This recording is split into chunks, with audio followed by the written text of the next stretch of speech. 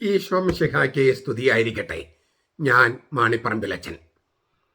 Ernakulam cathedral ബസിലിക്കയുമായി ബന്ധപ്പെട്ട് March 2-ാം തീയതി ഹൈക്കോടതി പുറപ്പെടുവിച്ച ഉത്തരവിൻ്റെ പ്രസക്ത ഭാഗങ്ങൾ. ആ ഉത്തരവ് വായിച്ചപ്പോൾ എൻ്റെ മനസ്സിലേക്ക് വന്ന വചനം ആദ്യം പറയട്ടെ. വെളിപാട് പുസ്തകം 12:3. 7 തലയും 10 കൊമ്പും തലയിൽ 7 രാജമുടിയുമുള്ള ഉഗ്ര സർപ്പത്തിന് അടിയേറ്റിരിക്കുന്നു, മുറിവ് പറ്റിയിരിക്കുന്നു. വെളിപാട് 12:3. മാർച്ച് 2-ാം തീയതി ഹൈക്കോടതി പുറപ്പെടുവിച്ച ഉത്തരവ് ഇന്നലെയാണ് നമ്മുടെ കയ്യിൽ കിട്ടിയത്. അതിനകത്ത് എഴുതിയിരിക്കുന്ന പെറ്റീഷണർ, പരാതിക്കാരൻ മാർ ജോസഫ് പാംബ്ലാനി, എറണാകുളം അങ്കമാലി അതിരൂപതയുടെ വികാരി മെത്രാപ്പോലീത്ത. ഇത് കോടതിയുടെ ഉത്തരവിലുള്ള കാര്യമാണ് ഞാൻ പറയുന്നത്. അതിലെ ഖണ്ഡിക 2.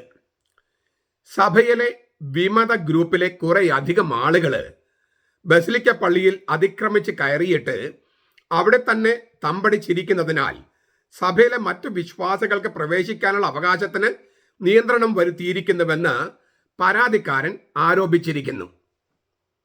വികാരി മെത്രാപ്പോലീത്ത ആരോപിച്ചിരിക്കുന്ന ആരോപണമാണിത്.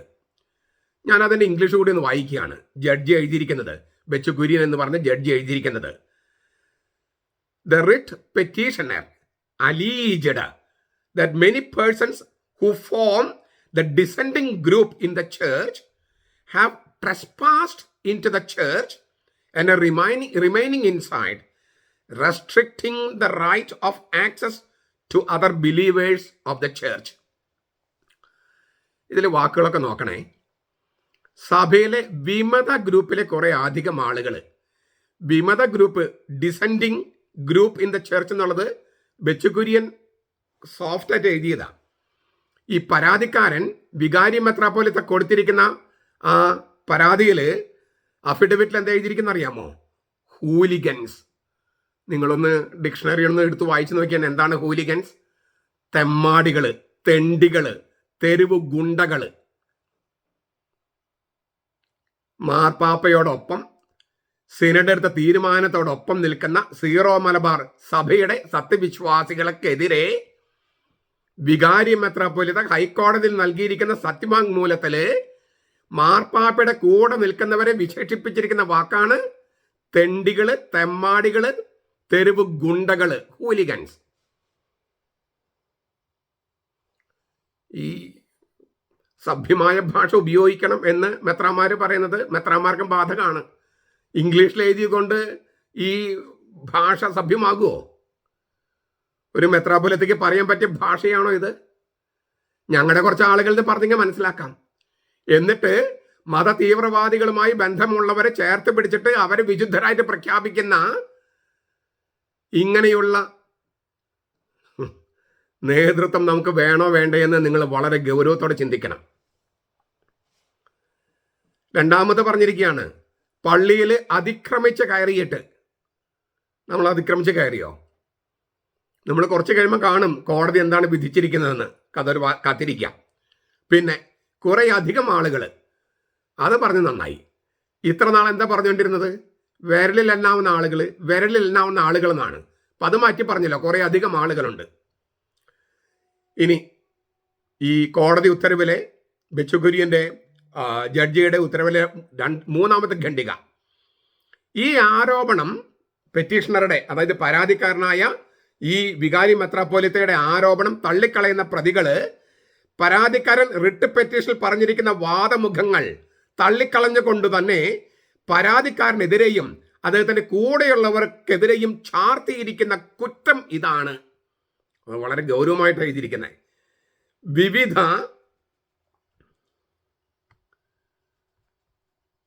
സിവിൽ കോടതികളില് വിവിധ വിവാദ വിഷയങ്ങളില് സിവിൽ കോടതി നൽകിയ നിർദ്ദേശങ്ങൾ പാലിക്കുന്നതിൽ പരാതിക്കാരൻ വീഴ്ച വരുത്തിയത് കൊണ്ടാണ് ഞങ്ങൾ പള്ളിയിൽ കയറിയത്. വിവാദ വിഷയങ്ങൾ, ലിറ്റർജിയുമായി ബന്ധപ്പെട്ട, കുർബാനുമായി ബന്ധപ്പെട്ട വിവാദ വിഷയങ്ങൾ സിവിൽ കോടതികൾ ഉത്തരവുകൾ പുറപ്പെടുവിച്ചിട്ടുണ്ട്. ആ ഉത്തരവുകൾ പാലിക്കുന്നതിൽ വീഴ്ച വരുത്തിയിരിക്കുന്ന പരാതിക്കാരനും കൂടെയുള്ളവരും. കോടതി അലക്ഷ്യം. the contesting respondent have opposed the averments in the writ petition and have blamed the petitioner and others for failing to abide by the directions issued by the civil court in various disputes. Civil കോടതിയുടെ ഉത്തരവുകൾ മറികടന്ന് illicit കുർബാന ചൊല്ലുകയും അങ്ങനെ രാജ്യത്തെ നിയമവ്യവസ്ഥയെ വെല്ലുവിളിച്ചുകൊണ്ട് കോടതി അലക്ഷ്യം നടത്തുകയും ചെയ്തതുകൊണ്ടാണ് ഞങ്ങൾ പള്ളിയകത്ത് കയറി രാജ്യത്തിന്റെ നിയമവ്യവസ്ഥ അനുസരിക്കണം, സഭയുടെ നിയമവ്യവസ്ഥ അനുസരിക്കണം എന്ന് പറഞ്ഞത്. അല്ലാതെ ഞങ്ങൾ ഗുണ്ടകളോ തെരുവ് തെമ്മാടികളോ ഒന്നുമല്ല.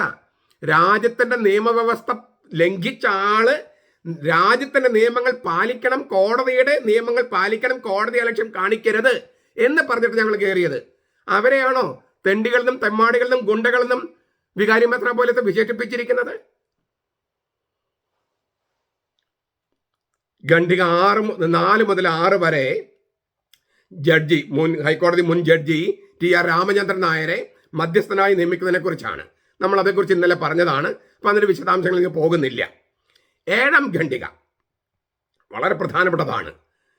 പരാതിക്കാരനോ അദ്ദേഹത്തിന് കീഴിലുള്ള പുരോഹിതന്മാരോ സെന്റ് മേരീസ് കത്തീഡ്രൽ ബസിലിക്കയിലോ അതിനടുത്തുള്ള കപ്പേളയിലോ താൽക്കാലിക പന്തലിലോ പള്ളിമുറ്റത്തുള്ള മറ്റേതെങ്കിലും വിധാനങ്ങളിലോ കുർബാന ചൊല്ലാൻ പാടുള്ളതല്ല. ഞാൻ അതിൻ്റെ ഇംഗ്ലീഷ് കൂടി വായിക്കാം.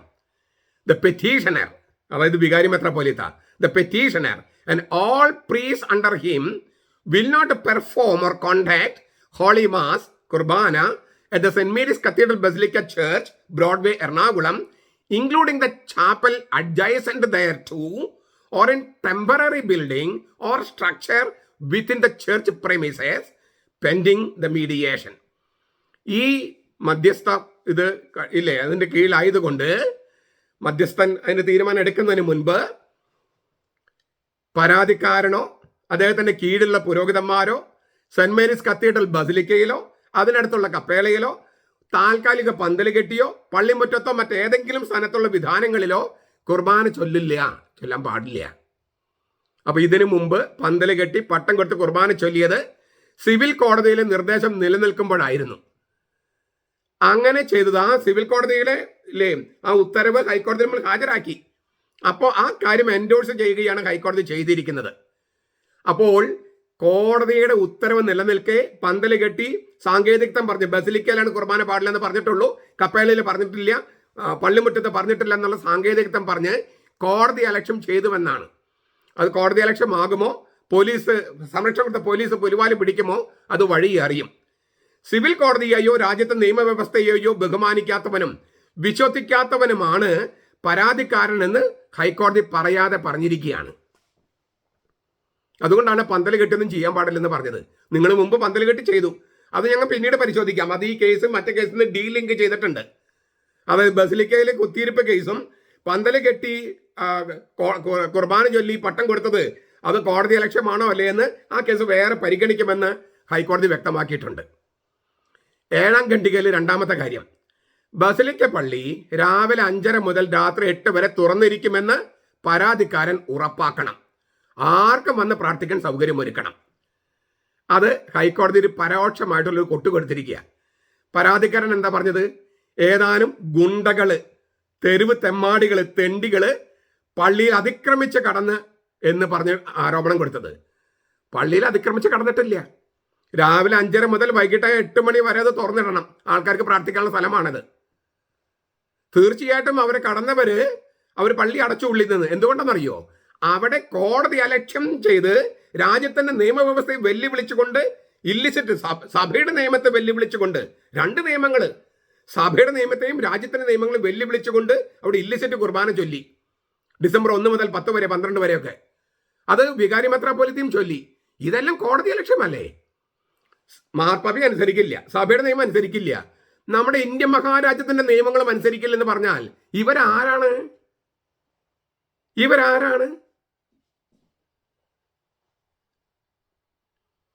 ഇന്ത്യക്കുള്ളിൽ വേറൊരു സമാന്തര ദേശരാഷ്ട്രം ഉണ്ടാക്കണമെന്ന് വിചാരിക്കുന്ന സമാധാന മതക്കാരുടെ ആളുകളോ? സംശയമുണ്ട്, വളരെ ഗൗരവമായ സംശയമുണ്ട്. അതുകൊണ്ട് പരാതിക്കാരൻ ആരോപിച്ചതുപോലെ ഗുണ്ടകളോ അതിക്രമിച്ച് കയറലോ ഒന്നും നടന്നിട്ടില്ല. പള്ളി തുറന്നിടണം, അവിടെ വന്ന് പ്രാർത്ഥിക്കാൻ സൗകര്യം ഉണ്ട്, താനും ഉണ്ടായിരിക്കും വേണം. അത് ഉറപ്പാക്കണം പരാതിക്കാരൻ. ഏഴാമത്തെ ഖണ്ഡികയിൽ മൂന്നാമത്തെ കാര്യം, ഇപ്പൊ പള്ളിയിൽ ഇരിക്കുന്നവർ മാർച്ച് 4-ാം തീയതി 5 മണിക്ക് മുമ്പ് പള്ളി ഒഴിഞ്ഞു കൊടുക്കണം. അത് നാളെയാണ്. അത് ഇന്ന് ഞാൻ റെക്കോർഡ് ചെയ്യുന്നത് ഇന്നലെ ആയതുകൊണ്ട്, ഈ രാത്രി ആയതുകൊണ്ട് ഞാൻ നാളെ എന്ന് പറഞ്ഞു പോകുന്നതാണ്. മാർച്ച് 4-ാം തീയതി. അതേക്കുറിച്ച് ഞാൻ വേറൊരു വീഡിയോ ചെയ്യുന്നുണ്ട്, അപ്പോൾ അതിൽ കേൾക്കുക. ഒരു കാര്യം നമ്മൾ മനസ്സിലാക്കണം, ഈ നമ്മൾ അവിടെ കയറിയിരുന്നത് ഒറ്റ കാര്യത്തിനാണ്. എന്താണ്? രാജ്യത്തിൻ്റെ നിയമം അനുസരിക്കണം, സഭയുടെ നിയമം അനുസരിക്കണം. തോന്നിയാസം നടത്താൻ പറ്റില്ല. നമ്മൾ ഒഴിഞ്ഞു പോകാമെന്ന് 1 മാസം മുമ്പ് നമ്മൾ കൂരിയായിൽ പോയി പറഞ്ഞതാണ്. നിങ്ങൾ പക്ഷേ നിയമം അനുസരിച്ച് ചെയ്യുള്ളൂ ഞങ്ങളൊരു വാക്ക് തരണം. അങ്ങനെ പറ്റാത്തത് കൊണ്ടാണ് നമ്മൾ അവിടെ ഇരുന്നത്. ഇപ്പൊ കോടതി പറഞ്ഞു അവരോട് കാര്യങ്ങൾ നിയമമൊക്കെ അനുസരിച്ച് പോയാമെന്ന് പറഞ്ഞപ്പോൾ നമ്മൾ ഇറങ്ങാൻ തയ്യാറാണ്. നമ്മൾ മാന്യമായിട്ടാണ് ഇറങ്ങുന്നത്. അവരെ നിയമം അനുസരിപ്പിച്ചിട്ടാണ് ഇറങ്ങണേ. ഇനി അവരെ കൊണ്ട് സഭയുടെ നിയമം അനുസരിപ്പിക്കും. എന്നിട്ടേ നമ്മൾ ഗുണ്ടകളാണ്, കർത്താവിന്റെ ഗുണ്ടകള്. അവരെ പോലെ ഈ തീവ്രവാദികളുടെ ഗുണ്ടകളല്ല നമ്മൾ, കർത്താവിന്റെ ഗുണ്ടകളാണ്. ഈ പോളണ്ടിലെ ഓഗസ്റ്റ് 15-ാം തീയതി ചെസ്റ്റകോവ എന്ന് പറയുന്ന തീർത്ഥാടന കേന്ദ്രത്തിലേക്ക് പള്ളികളിൽ ഇങ്ങനെ നടന്ന് വലിയ റാലിയായിട്ട് പോകും. ഞാനതിൽ പ്രസംഗിച്ചിട്ടുണ്ട് പലപ്പോഴും. 200 കിലോമീറ്റർ 100 അങ്ങനെ നടന്ന് പോകും. അതിലുള്ള മുദ്രാവാക്യം എന്നിട്ട് അറിയോ? ഈ പറയുന്ന മുദ്രാവാക്യം ഹൂലിഗൻസ് ഓഫ് ക്രൈസ്റ്റ് എന്നാണ്. ഞങ്ങള് യേശുവിന്റെ ഗുണ്ടകളാണ്. സംശയം എന്താ ഉള്ളേ? ഞങ്ങൾ ആക്രമിക്കാൻ വരില്ല, നിങ്ങളെ പോലെ ബോംബിടാൻ വരില്ല, ചാവേറായിട്ട് വരില്ല, പിന്നെ മയക്കുമരുന്നും മദ്യമായിട്ട് ഞങ്ങൾ നടക്കില്ല. പക്ഷേ വിശ്വാസത്തിന് വേണ്ടി ഞങ്ങൾ പോരാടി മരിക്കും. അത് തെളിയിക്കുകയാണ് ഈ 3 മാസത്തോളം ബസിലിക്ക പള്ളിയിൽ ഇരുന്നിട്ട്. നിങ്ങൾക്ക് തൊടാൻ പറ്റിയോ? ഞങ്ങളുടെ രോമത്തെ തൊടാൻ പറ്റിയോ?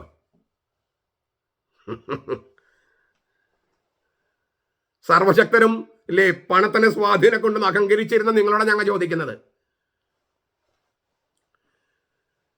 4-ാമത്തെ കാര്യം, ഒരു കാരണവശാലും പരാതിക്കാരനോ അദ്ദേഹത്തിന് കീഴിലുള്ള ആരെങ്കിലുമോ പാർട്ടി റെസ്പോണ്ടൻസോ ആരെങ്കിലും പള്ളിയിലേക്ക് പ്രവേശിക്കുന്നവനോ പുറത്തു പോകുന്നതിനോ തടസ്സം സൃഷ്ടിക്കരുത്. വികാരി മെത്രാപ്പോലീത്തയോടും അവരുടെ വികാരിയച്ചന്മാരോടും ഒക്കെയാണ് ഈ പറയുന്നത്. പള്ളിയിലേക്ക് ആർക്കെങ്കിലും പോകാനോ അവർ പള്ളിയിൽ നിന്ന് പുറത്തു പോകാനോ തടസ്സം സൃഷ്ടിക്കരുത്. അതുകൊണ്ട് ഞങ്ങൾ ഇനിയും പള്ളിയിൽ വരും, പ്രാർത്ഥിക്കുകയും ചെയ്യും. നിങ്ങൾ തോന്നിയാസം കാണിച്ചാൽ ഞങ്ങളത് തടയും ചെയ്യും. അത് രാജ്യത്തിന്റെ നിയമം അനുസരിക്കാൻ, സഭയുടെ നിയമം അനുസരിക്കാൻ വേണ്ടിയാണ്. പരിഷ്കൃത സൊസൈറ്റി ഒക്കെ അങ്ങനെയുണ്ട്, അനുസരണമുണ്ട്.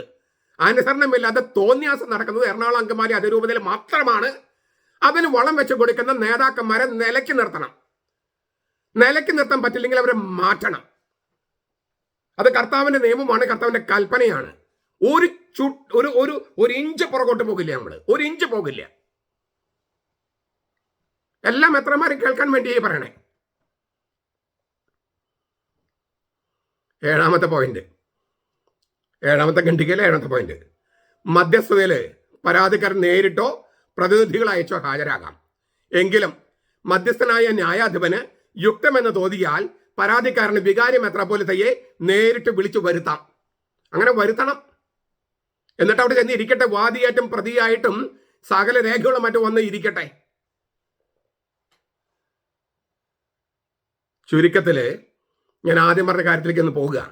വെളിപാട് പുസ്തകം 12-ാമത്തെ അധ്യായം 3 മുതൽ 6 വരെയുള്ള വാക്യങ്ങൾ, അതാണ് ഇപ്പൊ സംഭവിച്ചിരിക്കുന്നത്. സ്വർഗത്തിൽ വേറൊരു അടയാളം കാണപ്പെട്ടു.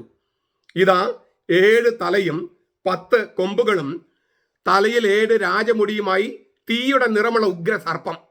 അതിന്റെ വാല് ആകാശത്തിലെ നക്ഷത്രങ്ങളിൽ 3-1 വലിച്ചുകുട്ടി ഭൂമിയിലേക്ക് എറിഞ്ഞു കളഞ്ഞു. പ്രസവിക്കാറായ ആ സ്ത്രീയുടെ മുമ്പിൽ ഉഗ്രസർപ്പം നിന്നു. ആ സ്ത്രീ പ്രസവിച്ചയുടനെ കുട്ടിയെ വിഴുങ്ങാൻ വേണ്ടിയായിരുന്നു അത്. അവൾ സകല ജനതകളെയും ഇരുമ്പ് കോല് കൊണ്ട് മേയിക്കാനുള്ള ഒരു ആൺകുട്ടിയെ പ്രസവിച്ചു. അവളുടെ കുട്ടി ദൈവത്തെങ്കിലേക്കും അവിടുത്തെ സിംഹാസനത്തിലേക്കും പെട്ടെന്ന് എടുക്കപ്പെട്ടു. ആ സ്ത്രീ മരുഭൂമിയിലേക്ക് ഓടിപ്പോയി. അവിടെ അവളെ 1260 ദിവസം പോറ്റുന്നതിന് ദൈവം ഒരുക്കിയ ഒരു സ്ഥലം അവൾക്കുണ്ട്. ഈ രാജമുടിയുമായിട്ട് സർപ്പം, പാമ്പ് വരുന്നത് എന്തിനാണ്? പ്രസവിക്കാറായ സ്ത്രീയെ കൊല്ലാനായിട്ട്, അവൾ പ്രസവിക്കുന്ന ആൺകുട്ടിയായ മിശിഹായെ ഉപദ്രവിക്കാനായിട്ട്. നമുക്ക് നോക്കാലോ ഈശോയുമായിട്ടുള്ള നിങ്ങളുടെ പോരാട്ടത്തിൽ നിങ്ങൾ ജയിക്കുമോ, ഞങ്ങൾ ജയിക്കുമോ നമുക്ക് നോക്കാം. ഞങ്ങൾ ഈശോയുടെ കൂടെയാണ്, ഞങ്ങൾ മിശിഹായുടെ കൂടെയാണ്. പ്രസവിക്കാറായ സ്ത്രീ സഭ മറിയത്തിന്റെ കൂടെയാണ്. ആ മറിയത്തിന്റെ പേരിലുള്ള പള്ളിയാണ് നിങ്ങളിങ്ങനെ തോന്നിയാസം ചെയ്യുന്നത്. പ്രസവിക്കാറായ സ്ത്രീയെ ഉപദ്രവിക്കാൻ വന്ന പാമ്പ്, ഉഗ്ര സർപ്പം, അങ്ങനെ വന്നാൽ ഞങ്ങള് മിശിഹായുടെ ആളുകള് ആ സ്ത്രീയെയും സംരക്ഷിക്കും, മിശിഹായെയും സംരക്ഷിക്കും, മിശിഹ ഞങ്ങളെയും സംരക്ഷിക്കും. ഇത് വിശ്വാസത്തിലുള്ള ഉറപ്പാണ്. മിശിഹായുടെ സ്നേഹത്തോട് ഉള്ള സ്നേഹം കൊണ്ടുള്ള ആ ധൈര്യമാണ്. സത്യത്തിൽ ഉറച്ചു നിൽക്കുന്നത് കൊണ്ടുള്ള ചങ്കൂറ്റമാണ്. തടയാൻ പറ്റുന്ന നിങ്ങൾ തടയി. സീറോ മലബാർ സഭയിലെ മറ്റു മെത്രാന്മാരൊക്കെ ഒന്ന് കേട്ട് നിങ്ങളൊന്ന് ധ്യാനിച്ച് കർത്താവിന് മുമ്പിൽ ഇരുന്നിട്ട് ഇതൊക്കെ അനുവദിച്ച് കൊടുക്കണോ, നമ്മുടെ സഭയെ ഇങ്ങനെ നശിപ്പിക്കണോ എന്ന് വളരെ ഗൗരവത്തോടെ ചിന്തിക്കുക. ഇല്ലെങ്കിൽ നിങ്ങൾക്ക് എല്ലാവർക്കും ഉത്തരവാദിത്വം ഉണ്ടാകും. കർത്താവിന് മുമ്പിൽ മാത്രമല്ല, ഈ രാജ്യത്തിന്റെ നിയമത്തിന്റെ മുമ്പിലും സഭയുടെ നിയമത്തിന്റെ മുമ്പിലും. നമ്മുടെ കർത്താവ് ഈശോ മിശിഹായുടെ കൃപയും പിതാവായ ദൈവത്തിന്റെ സ്നേഹവും പരിശുദ്ധാത്മാവിന്റെ സഹവാസവും നാം എല്ലാവരോടും കൂടി ഉണ്ടായിരിക്കട്ടെ, ഇപ്പോഴും എപ്പോഴും എന്നേക്കും. ആമേൻ.